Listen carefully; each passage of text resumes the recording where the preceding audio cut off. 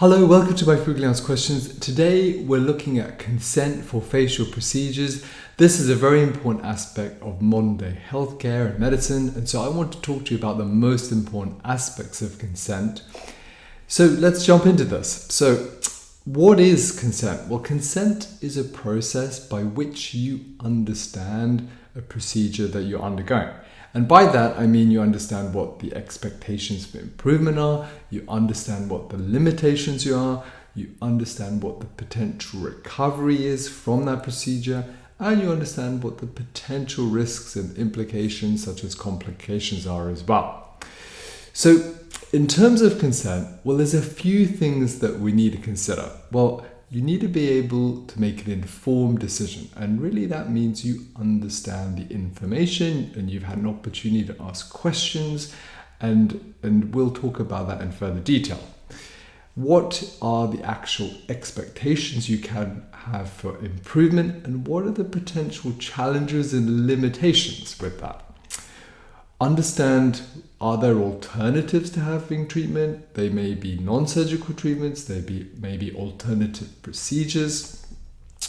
What is the potential recovery from the procedure? What are the potential risks and downsides in terms of complications, and how they are very specific to you? In terms of information, in terms of, what information should be shared with your GP and general practitioner with respect to your confidentiality, and have you had adequate time to consider your options and make an informed decision? And finally, do you feel you have sufficient information to make that decision, or do you need further information? Do you need to speak to your doctor at further time? Do you need a second consultation? Well, we'll talk about these elements as well. My name is Dr. Julian Silva. I'm a London-based oculofacial plastic surgeon, and facial procedures are what I do every day for my patients. This cannot construe a consultation, but is really for information and educational purposes. So let's jump in with number one. Well, what is an informed decision? Well, you need to understand what the procedure is you're having, understand what the potential benefits and upsides are, and of course, you need to understand what the potential limitations and downsides are, and what those potential risks and complications may involve. You need to have an opportunity to ask as many questions as you feel is important to you, and you have a right to change your mind at any point.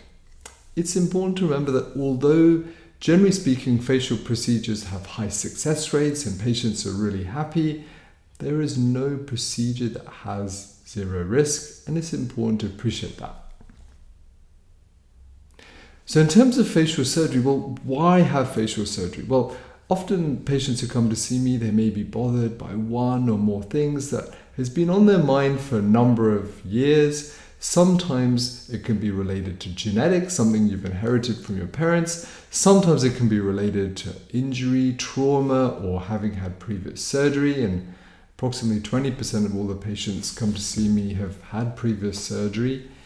And then the other element is aging. And aging is something that catches up with all of us with time, and that includes gravity, loss of volume, increased laxity in the skin. And so patients who come to see me, well, the treatment really needs to be tailored to you, and the procedures that are indicated, well, they may have very specific expectations for improvement and limitations. Generally speaking, facial procedures, well, the outcome we're looking for is a natural rejuvenation. We're looking to improve your natural appearance, improve facial balance, improve facial harmony, but we want you to really look the best version of yourselves. And occasionally patients will ask me for something outside of this, and I will make recommendations why that I don't think that might be appropriate.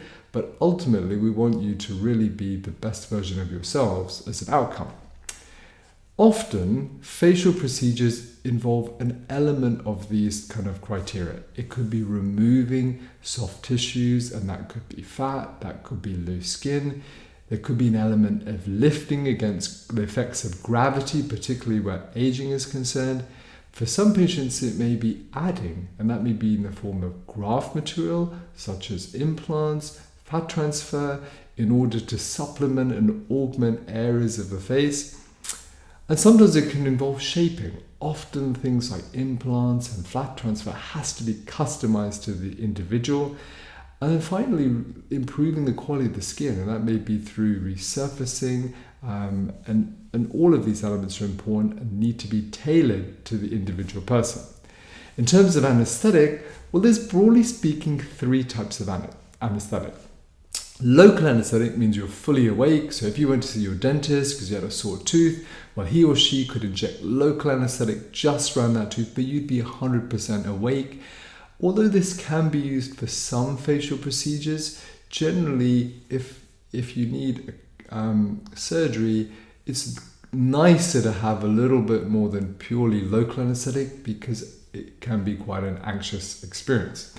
General anesthetic would be the mirror opposite of local anesthetic, where you're completely knocked out, there's a tube down your airway for breathing, machines regulate your breathing, and when you have general anesthetic, it can be a bit of a shock to the system in that it takes a few hours to recover from general anesthetic, and about a third of patients will feel a bit nauseous or sick, and sometimes you can feel washed out for a few days or even a week or so. My preference for most facial surgery is to give my patients sedation, and this is something we really have refined over about a 10-year period. And the sedation we give to patients, well, you really do sleep during the procedure, but you're breathing yourself, all your natural protective reflexes are working normally.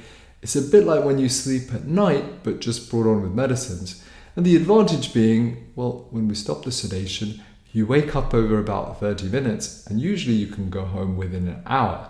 And with regards to that, well, things like nausea and sickness, well, it's generally less than 5% of patients have that. So it's much milder than general anesthetic. The recovery is generally much faster.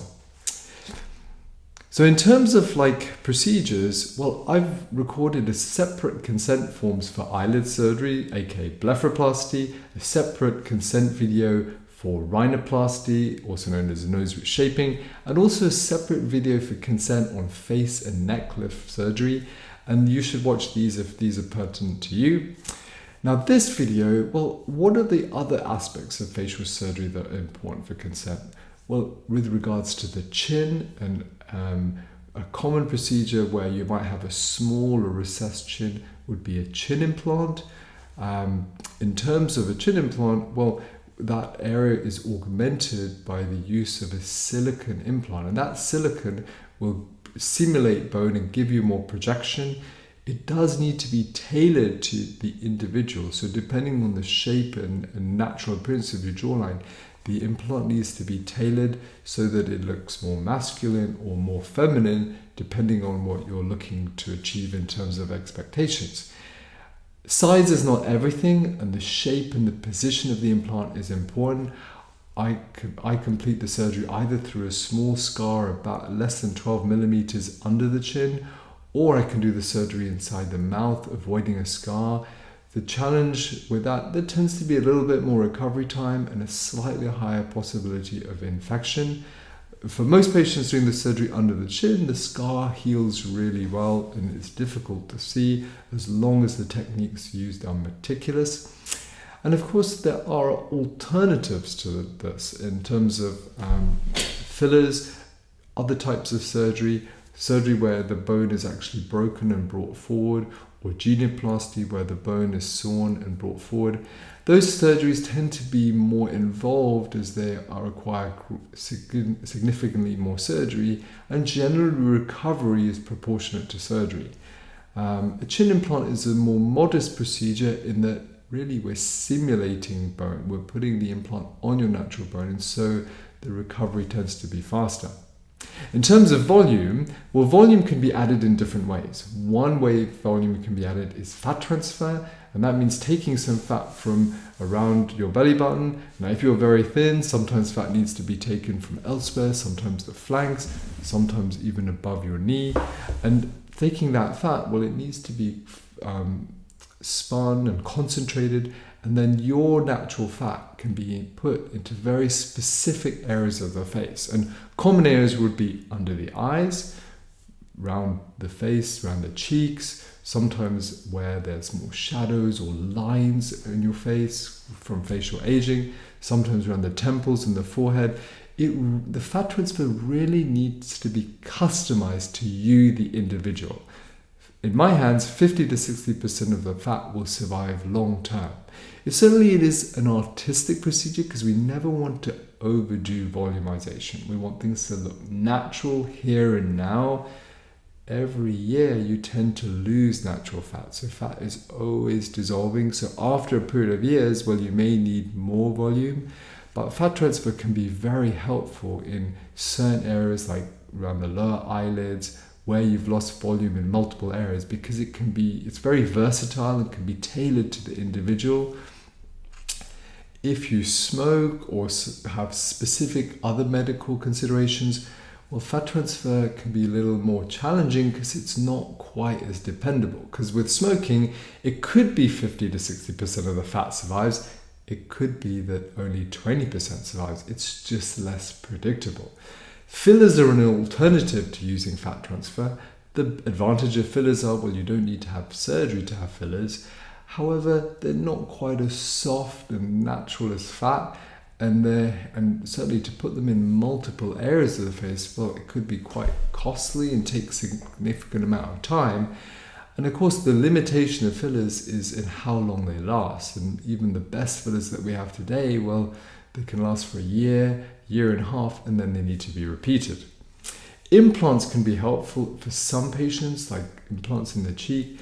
However, they are a challenging aspect of facial surgery because it's very difficult to correct things like asymmetry.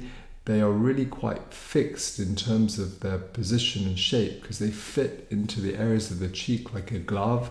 And although they have a role for some patients, well, a more versatile way of adding volume is fat transfer. And so depending on exactly what you need, the treatment needs to be tailored to you. In terms of lips, well, common things are having asymmetrical or large lips, and we need to reduce those lips and contour the lips. And lip reduction, well, that does involve a surgical procedure to reduce the soft tissue of the lip, and that can be really effective in reducing volume. Sometimes there can be asymmetry, and this may be because of injury or trauma or just natural genetics, and that asymmetry can be improved.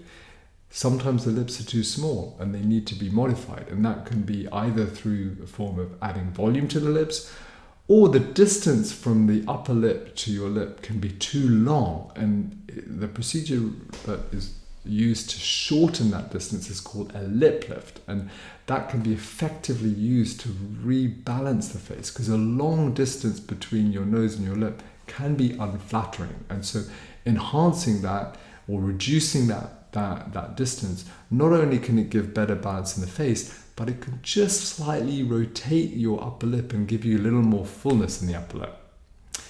And then finally, the skin. And with your skin, well, gradually, with a combination of natural aging and sun exposure, you can develop fine lines and wrinkles, enlarged pores. Sun damage can give you more pigmentation and sunspots.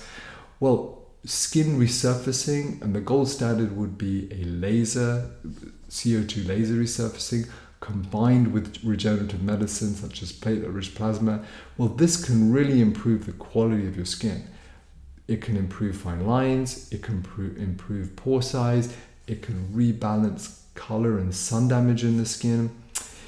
It isn't suitable for all skin types. In patients with more ethnic skin, it can be hazardous and can be best avoided. And for some patients, it may be important to do a skin patch test to make sure that your skin does not react to the laser. However, in patients who have fine lines and wrinkles, it can be a very powerful tool in smoothing out those lines and wrinkles.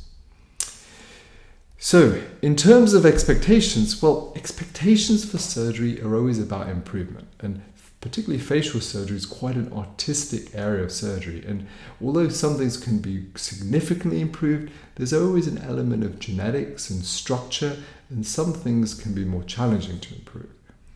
In terms of function, well, various parts of the face have significant function. The eyelids are important in blinking, the mouth important in movement. So different areas have different aspects of function that we must look after when completing facial surgery. What are the limitations? Well, can facial surgery change how you feel about yourself? Can it change the relationships you have? Can it improve your self-confidence? Well, certainly in some patients it can improve these factors. However, no doctor or surgeon could promise you by changing one aspect of your face and having a surgical procedure, no one could really promise you it could improve these aspects of your life, because some of those things need to come from within. And so it's important to discuss these aspects of improvement with your doctor, your surgeon, to make sure expectations are clear. And what are expectations? Well, if your face was made out of clay, well, literally we could move every part of the anatomy, every part of the structure in any place we wanted, and it would stay exactly where we want. However, your face is not made of clay and it's not like a sculpture. So generally we're talking about an improvement. And generally that improvement is really in the context of 70 to 80%. Now, if you've had previous surgery or trauma, there's going to be scarring within that area of the anatomy, there's change in the natural anatomy. And if you've had 2 or 3 procedures or 2 or 3 traumas, well, the expectation for improvement may be only a 50% improvement, because there are going to be more limitations in terms of the surgery. So what about you? Well, it's very important that you talk about your profession and your lifestyle and hobbies that you have, because the consent process needs to be tailored to you. Now, if you have very specific aspects of your lifestyle, well, it's important to discuss these with your surgeon, as they'll be able to give you guidance regarding the procedure and what the expectations for improvement can be and the potential limitations. If you've had like a significant life event in the recent times, it's very important to discuss that with your surgeon, because all healing and recovery, well, it's partly physical recovery, such as swelling, but there's also an emotional journey attached to things. And if you've had a significant life event in the recent past, well, the experience in terms of recovery could be quite emotional, and it could be an emotional roller coaster. So it's very important, if you've had a recent life event, that you discuss that with your doctor. In terms of your health, well, I would really advocate stopping smoking, and this is very important for certain aspects of surgery, because smoking can significantly affect your healing, because it reduces oxygen in the body.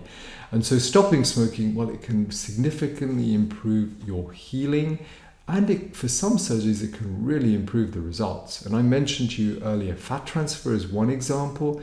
Well, smoking and fat transfer, it's less, your ability to have 50 to 60% of that fat survive can be reduced with smoking. And so to get the very best results, I would really suggest trying to stop smoking for a period before and after surgery to get the very best results in healing.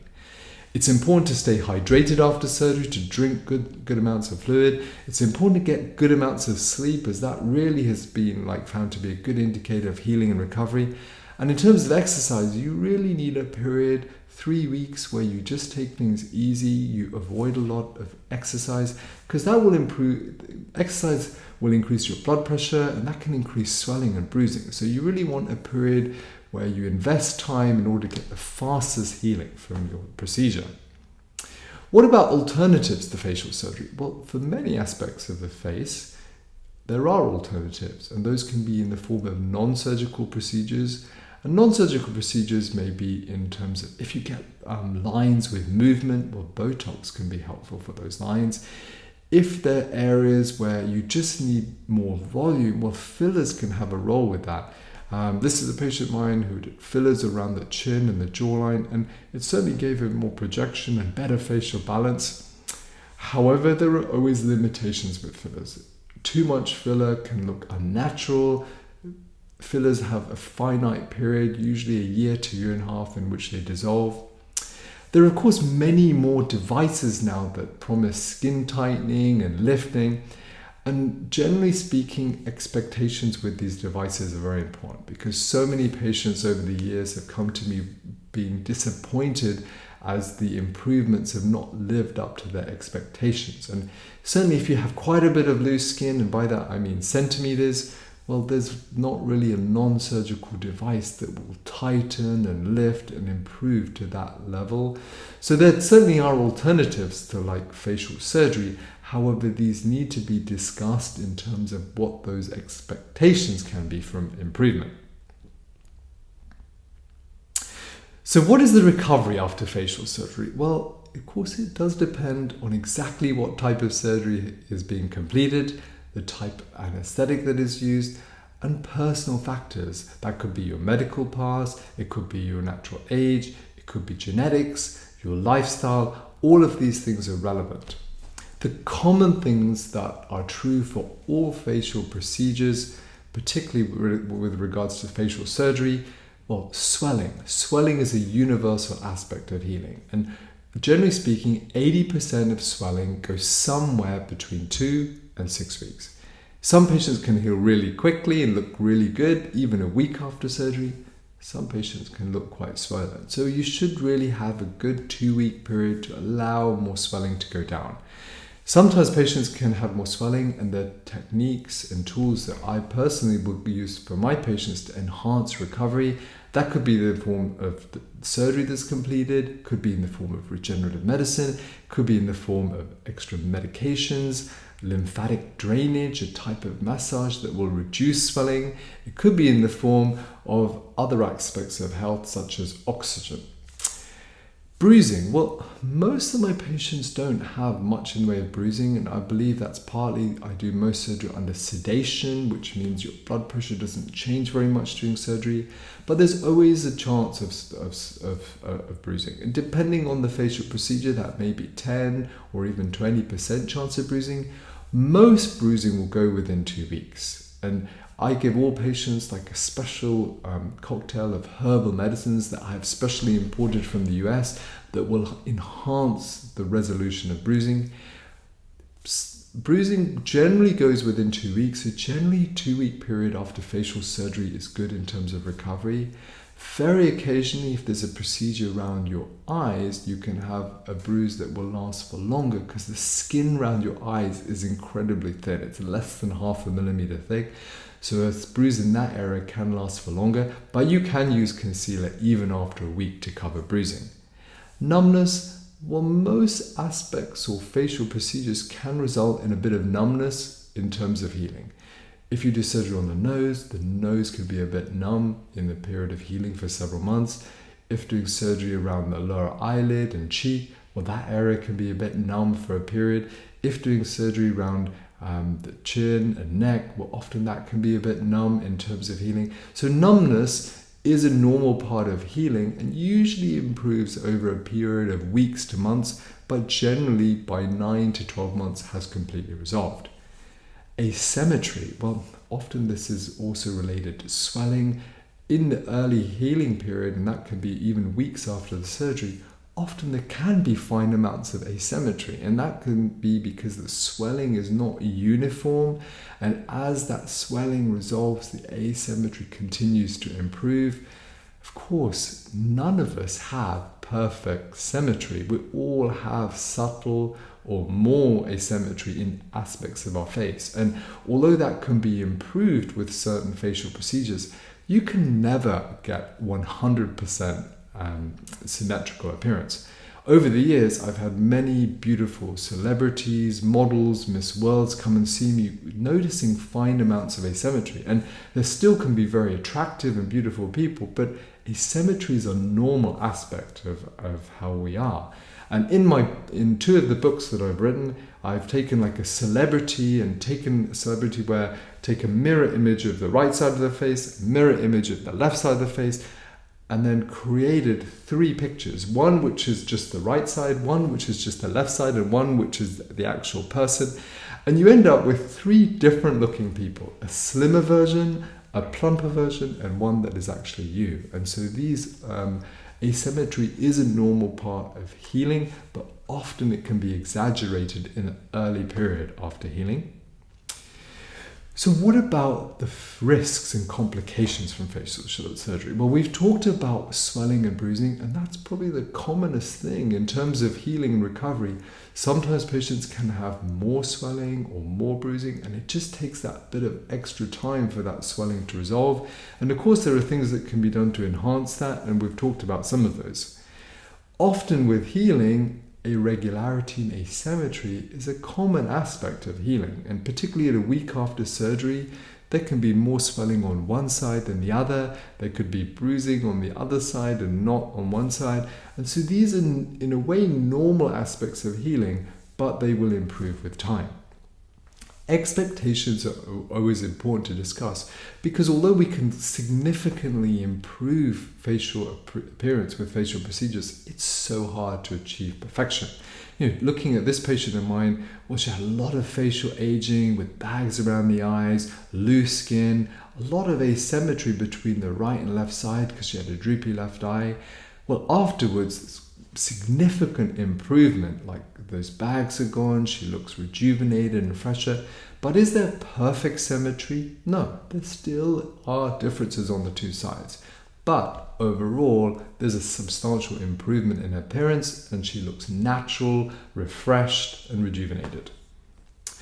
What about the other risks and complications? Well, sometimes there can be asymmetry or irregularity that remains after surgery.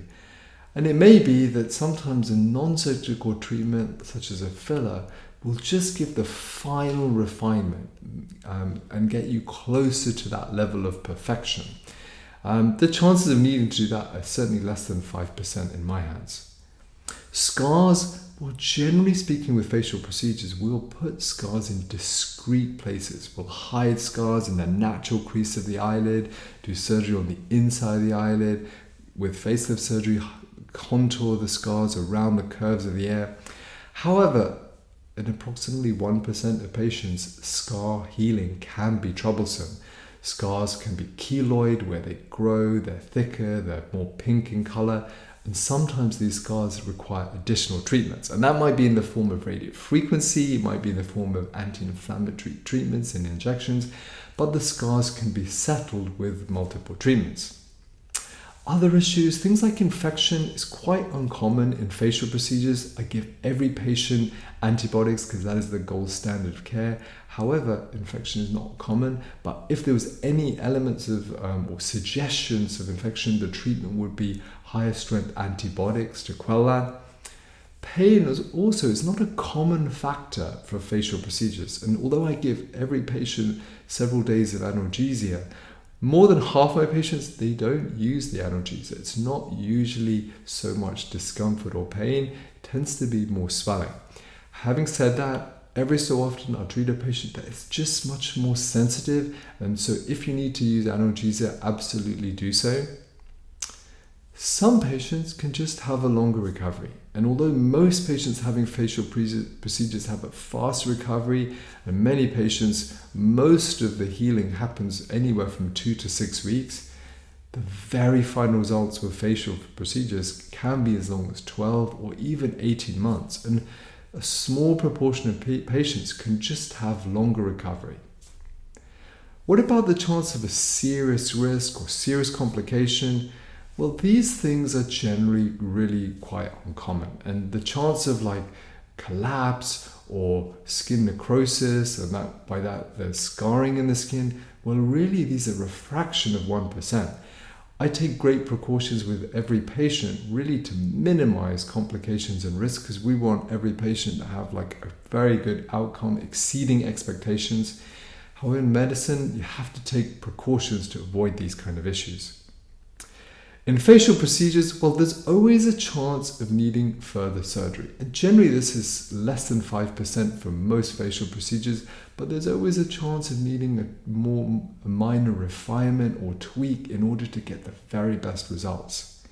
In terms of anesthetic, well, general anesthetic can be associated with headache, nausea or vomiting in about 30% of patients, and there's a small chance of an anaphylactic or allergic reaction to inhaled gas or clot in the leg, such as DVT. And although those things are rare, they can be serious. My preference is to give patients sedation anesthesia which is quite a safe form of anesthetic because it can be stopped at any point in time and you just wake up from sleeping. And what sedation means is, well, you just sleep during the surgery, but you're breathing yourself, all your kind of natural protective reflexes are working normally. Well, you're just sleeping, just like when you sleep at night, but just brought on with medicines. Sometimes you can have a bit of a headache or you can feel a bit nauseous after sedation, but it's certainly less than 5%. And patients, well, you recover over about half an hour, you can walk out of the operating theatre, and all patients, well, they can go home in less than an hour after surgery. So what about facial surgery and risk? Well, let's have a look at a few specific aspects. Implants. Implants can be used in the chin, in the cheek. All implants I use are imported from the US because the US has something called the FDA approval, which is really the gold standard internationally in medicine. And these implants are made out of medical grade silicone that will last a lifetime. Now, they definitely need to be customized to every individual. Common things are swelling, sometimes bruising, and healing from that. However, occasionally there can be some numbness in the area, and that numbness improves over a period of weeks. Rarely there can be pain, and pain can be just in a very focal area, and often there can be very little to see. The skin looks normal, there's the implants in a normal position, there's just this focal discomfort, and usually by about 6 weeks, a bit like switching off a light switch, that discomfort or that sensitivity just disappears. Infection with implants is not a common thing. The risk is less than 1%. I certainly would give every patient antibiotics to protect you against that. Every implant we soak in implants is soak in antibiotics. We take every known precaution that we know in terms of science. However, in medicine, you can never promise these things 100%. And there's always a tiny chance of infection. And if there was infection, well, the first thing would be to give stronger antibiotics to quell that. The absolute worst case scenario is you have to take an implant out and put it in when everything is settled. But generally speaking, the chance of infection is very small. What about lip procedures? Well, lip procedures can be reducing the size of the lip, and this is one of my patients where we reduce rather a full lower lip.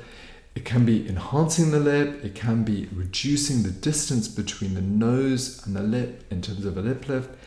The common things with lip surgery are really swelling, and generally speaking, the lips have a very good blood supply, so they heal quickly. The scar will certainly be a bit lumpy, bumpy initially, and usually that scar heals over a period of weeks to months, but eventually it can be very difficult to see, but it can be a bit lumpy, bumpy in the initial period. Occasionally, there can be a cyst on the inside of the lip, and although 50% of those little cysts will resolve, very occasionally we need to put a tiny drop of local anesthetic just where the cyst is and just remove the cyst. Otoplasty, well, otoplasty means pushing the ear back to its position. So sometimes ears can be a bit prominent, and reshaping of the cartilage of the ear, well, it can tuck the ear in and just make the ear more balanced with your face. Now, although the aim is to make the two sides as symmetrical as possible, it can be very difficult to achieve perfect symmetry because naturally the two ears are different. They're more like sisters than twins, and so it's always about an improvement. The scar, well, the scar is right behind the ear. In over 90% of patients, it's very difficult to see unless you specifically look for it.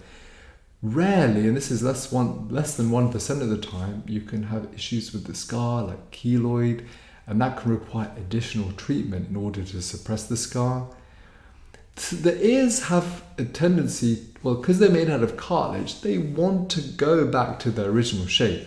So with the techniques involved, the cartilage in the ear is reshaped, special stitches are put in to reshape the ear, but very occasionally the ear can push out and want to return to its original shape.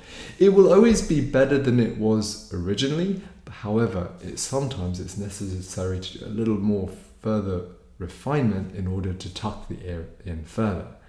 Generally speaking, otoplasty is a very effective surgery to reduce ear prominence and has a fast recovery.